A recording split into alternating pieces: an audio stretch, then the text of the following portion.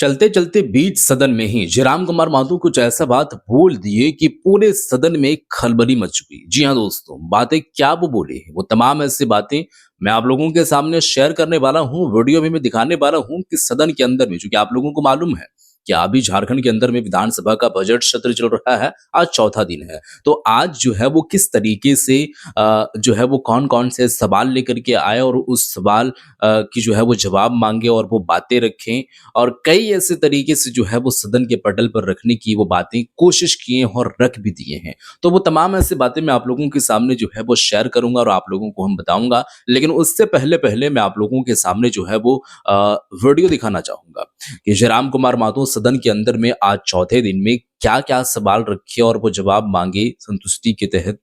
दीपक बिरुवा जी मंत्री जो हैं वो उठ करके क्या कुछ जवाब दिए कि जिससे थोड़ा सा संतुष्टि नजर आए। तो वो भी वीडियो आप लोगों को जो है वो दिखाने वाला हूँ इसी वीडियो के अंदर में। तो आप लोग थोड़ा सा धैर्य रखिए और इस वीडियो को लाइक करके शेयर भी ज्यादा से ज्यादा करते जाइएगा, ताकि आप लोगों में से जितने भी लोग हैं वो जब शेयर करेंगे तो और भी लोगों तक ये जानकारी पहुंचे और वो भी जो है वो जान पाए कि आखिर में क्या कुछ झारखंड के अंदर में चल रहा है और आगे आने वाले जो दिन है वो डुमरी वासियों के लिए क्या कुछ होने वाला है। क्योंकि अभी जो सदन के अंदर में दिखाई दे रहे हैं एक्टिव जयराम कुमार माथुर, वो ज्यादातर अपने विधानसभा का उनका जो क्षेत्र है उस पर ज्यादा फोकस्ड डाले हैं और ज्यादा वो तवज्जो दिए हैं, सवाल का ये से खड़ा कर रहे हैं। बाकी और भी वो बातें पर बोल रहे हैं तो वो तो चल ही रहा है उनका। पहले आप लोग इस वीडियो को देखिए, फिर उसके बाद हम आगे की बातें करेंगे। वीडियो देखिए पहले आप। अध्यक्ष महोदय का गंभीर सूचना दे देता हूँ। हमारे जिले में झारखंड मुक्ति मोर्चा के कदावर नेता रहे, पूर्व में जिला परिषद के चेयरमैन रहे राकेश माथुर जी की हत्या हुई है। मैं उच्च स्तरीय जांच की मांग करता हूँ और मेरा प्रश्न रहेगा।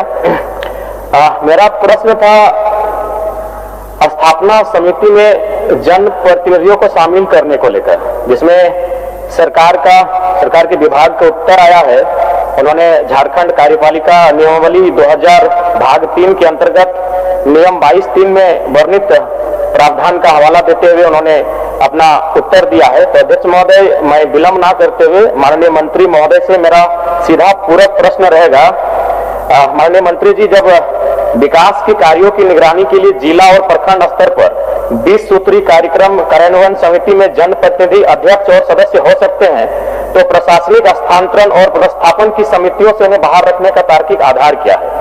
क्या सरकार प्रशासन को जन उत्तरदायी बनाने हेतु जिला एवं प्रखंड स्तरीय स्थापना समिति में जन प्रतिनिधियों को शामिल करने हेतु झारखंड कार्यपालिका नियमावली 2000 के भाग 3 अंतर्गत नियम 22(3) में तत्काल संशोधन का आश्वासन देती है, विचार रखती है? माननीय मंत्री। अध्यक्ष महोदय, माननीय सदस्य द्वारा जिस बात की जानकारी सदन से उनको चाहिए, हम लोग ने स्पष्ट कर दिया। अध्यक्ष महोदय, पुनर्गठन अधिनियम 2000 के बाद राज्य स्तरीय स्थापना समिति, स्टेट एस्टेब्लिशमेंट स्टैंडिंग कमेटी, विभिन्न कोटि के कर्मियों का स्थानांतरण पदस्थापन प्रतिनिधित्व हेतु विभागों में विभागीय स्थापना समिति गठित है। अध्यक्ष महोदय, लेकिन इसमें जनप्रतिनिधियों को शामिल करने का कोई प्रोविजन और ऐसा कोई विचार अभी हम लोग के पास नहीं है। इन्होंने कहा है कि दूसरे राज्यों में इस तरह का स्थिति है, वहां जनप्रतिनिधियों को भी स्थापना समिति जिला और प्रखंड स्तरों में शामिल किया जाता है। इस संदर्भ में 976 दिनांक 19/2/2026 को कतिपय राज्यों से संबंधित प्रतिवेदन की मांग की गई, चिट्ठी लिख करके। यदि ऐसा है तो हम लोग इस पर विचार करेंगे अध्यक्ष महोदय, लेकिन अभी इस तरह का स्थापना समितियों में जनप्रतिनिधियों को शामिल करने का कोई विचार लंबित नहीं। माननीय सदस्य। अध्यक्ष महोदय, देखिए, मेरा मानना है कि कहीं न कहीं प्रशासन को अगर नियंत्रण में, और चूंकि जनता की अपेक्षाएं जनप्रतिनिधि से होती है, अगर मैं अपने ही विधानसभा की बात करूं तो डुमरी अनुमंडल में विगत 1 सालों से एसडीओ का पद रिक्त है, प्रखंड विकास पदाधिकारी का पद भी विगत 6 महीनों से रिक्त है। ऐसे प्रखंड स्तरीय 13 पद रिक्त हैं। तो जनता की अपेक्षाएं आकांक्षाएं वहां के जनप्रतिनिधि से होती है, और हम लोग जब क्षेत्र में जाते हैं तो इन समस्याओं का और तीखे सवालों का सामना करना पड़ता है। इसलिए मैं चाहता हूं कि नियम, कोई भी नियम अकाट्य नहीं है कि भाई उस नियम में संशोधन नहीं होगा, उस नियम में संशोधन किया जा सकता है। और मैं जो कह रहा हूं ये सबके लिए सुलभ होगा, जितने भी जनप्रतिनिधि बैठे हैं, जनता उनसे अपेक्षाएं रखती है, क्योंकि वो जनता के बीच जाते हैं, जनता के तीखे सवालों का सामना करते हैं। तो प्रशासन को पारदर्शिता में रखना चाहिए, नियंत्रण में जनता की जवाबदेही उन पर बननी चाहिए। तो इसलिए मैं माननीय मंत्री से आश्वासन चाहता हूं कि भविष्य में विचार करें कि इस प्रकार का संशोधन हो और स्थापना समिति में जनप्रतिनिधियों को भी स्थान मिले। माननीय मंत्री जी, हमने विभाग ने स्पष्ट कर दिया अध्यक्ष महोदय कि दूसरे राज्यों के लिए भी हम लोग ने पत्राचार किया, यदि ऐसा है तो हम लोग विचार कर सकते हैं।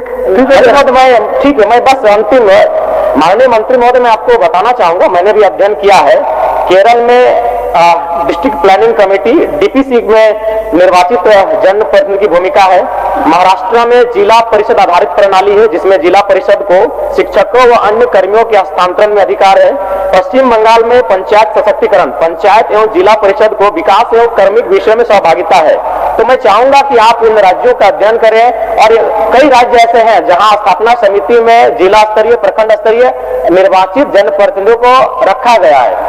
और हमारे यहाँ 20 सूत्री जो आप एक टीम बनाते हैं उसमें विकास के कार्य, हालांकि वो स्थापना संबंधित नहीं है, विकास से संबंधित कार्य है, वहां जो है वो अध्यक्ष होते हैं और सदस्य होते हैं। तो मेरा मानना है और बिल्कुल इससे पारदर्शिता बनी रहेगी। इसलिए मैं चाहता हूं कि आप अन्य राज्यों का अध्ययन करें और उसके आलोक में झारखंड राज्य में भी नियमावली में संशोधन करते हुए जनप्रतिनिधियों को स्थापना समिति में स्थान देने का काम करें। बस ये मैं आश्वासन आपसे चाहता हूं।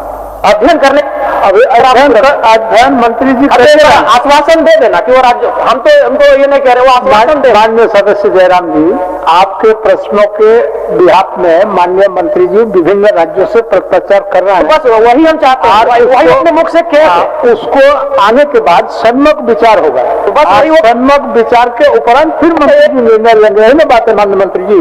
एक बार वो अपने मुख से कह दे, बस वही कह दे कि विभिन्न राज्यों के अध्ययन के बाद। ये तो चिट्ठी भी हम लोग ने लिख दिया, बोलिएगा तो चिट्ठी भी उपलब्ध करा देंगे। ये तो बता रहे हैं हम 976 दिनांक 19/2026 के द्वारा कतिपय राज्यों से संबंधित प्रतिवेदन की मांग की गई। तो जी हाँ दोस्तों, वीडियो तो आप लोग देख चुके हैं। सबसे पहले तो ये जो है वो गंभीर सूचना देते नजर आए सबसे जो है वो शुरू में ही कि राकेश महतो जेएमएम के ही एक कद्दावर नेता रह चुके हैं और पूर्व में जो है वो चेयरमैन के तहत जो है तौर पर वो रह चुके हैं जिला परिषद का। तो उनकी जो है वो हत्या हो गई है। अब किस वजह से हुई है ये जांच का विषय है। इसी बात को लेकर के, यही बात को लेकर के वो सवाल रखे और थोड़ा सा ये बात बोले कि उनकी जो है जांच होनी चाहिए, उच्च स्तरीय जो है वो जांच होनी चाहिए, ताकि मामला जो है वो खुलासे के तहत आगे आए, मालूम चले कि ये मामला क्या कुछ चल रहा है और किस वजह से उनकी जो है वो हत्या हुई है। तो आप लोगों ने वीडियो देखे और ये वीडियो को देखने के बाद आप लोगों को पता चला कि अभी सदन के अंदर में जो हॉट टॉक वाला मामला चल रहा है वो कोई देखा देखी नहीं चल रहा है। मतलब जयराम कुमार महतो उनको जो लग रहा है कि मेरे सदन के अंदर में मेरे जो विधानसभा क्षेत्र है उस क्षेत्र के अंदर में किसी किस्म की अगर कमियां हैं तो वो बातें वो रख रहे हैं और लगातार मांग कर रहे हैं। तो यहाँ पर सीधे तौर पर आप लोगों को ये पता होगा, अगर नहीं पता है तो मैं आपको बता दूं कि कई ऐसे तरीके के लोग हैं कि जब जिनसे उनके ही विधानसभा क्षेत्र में जाकर के और जब लोगों का रिव्यू लिया गया और लोगों से सवाल किया गया जयराम कुमार महतो के प्रति कि वो विधायक बने हैं, क्योंकि ये विगत 15 से 20 सालों से लगातार जेएमएम के लोग यहाँ पर जीतते आए हैं। जेएमएम का गढ़ एक तरह से डुमरी विधानसभा में जो है वो माना जाता था और अभी एक नया नवेला विधायक नया पार्टी बन के सामने आया है। अगरचे वो पूरे देश के अंदर में, पूरे देश नहीं लेकिन खासकर, हालांकि हो सकता है लेकिन झारखंड के अंदर में चर्चित रहते हैं, ट्रेंडिंग पे रहते हैं।